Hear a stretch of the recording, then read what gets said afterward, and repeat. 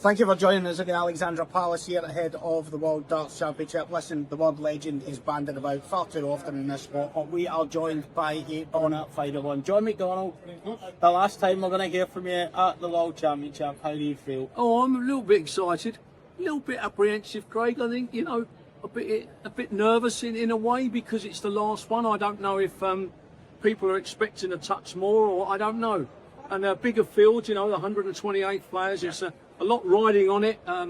The fact that it's a world championship, always the title does it for us, doesn't it? You know, you can go to a World Cup.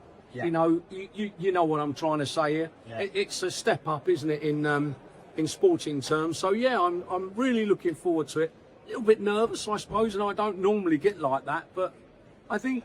Do you realise how much you'll be missed, John? Well, it's nice. It's nice how many people connect you to that we all love. But it is an interesting one because when I did the boxing, I got the blame for everything. You know, Same here. I'm not the judge. I'm not the referee. You know, I'm only announcing the scores. You know, but in this game, it seems that it doesn't matter who you are, who's playing. You seem to come out of it okay as the announcer. You know, and so this is a lot neater than it was in the boxing. A lot less threatening than it was.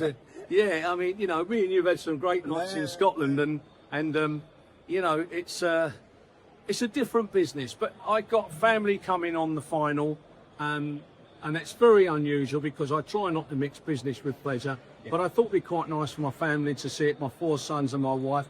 So they'll all be there, and I just think it'll be extra pressure. But it's the only way to go, really. You must have seen some incredible moments, John. You must have a funny for us. I mean, we go back to the Muffin Man, the Phil Taylor. And you must have seen some quality incidents. Oh no, there was the Chinese player that fell over. You know, fell over the hockey as if it's, you know, like a surprise. It was there. You know, I sort of picked him up. Come on, mate. You know, we had that. We had the one once, which I don't think I mentioned in that we done a nice piece in the programme about some of the strange things that happened in walk-ons, but we had a Chinese player and he handed his music in, and it was You Raise Me Up, and it was like it's the biggest ballad in the world, you know. It's one of those not a dry eye in the building, and he was like waving, but it was during COVID, there was no one in the building, you know. The dancers trying to do the slow dance. You raise me up. Just do the normal dance, it's a bit slower, you know. But that was quite surreal. You sort of stood there thinking, wow, what on earth possessed him to pick this, you know?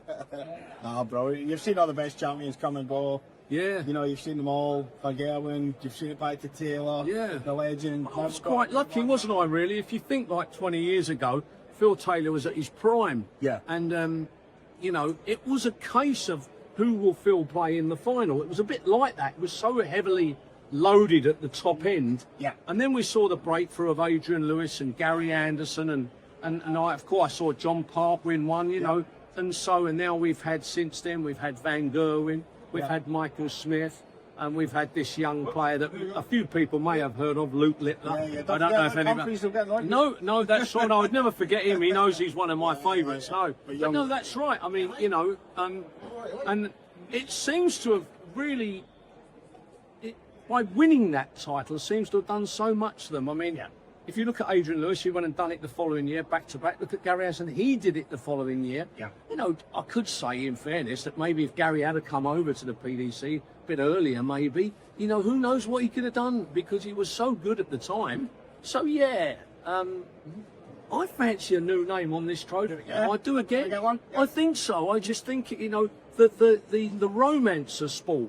It would be so wonderful to get somebody else to talk about, you know. Because that's what really makes our sporting world, no matter whether it's a football team or a boxer or rugby, whatever it is, as long as you're talking about it. And to talk about it, you need something a bit right afield, you know. I think a new name would really send the cat amongst the pigeons.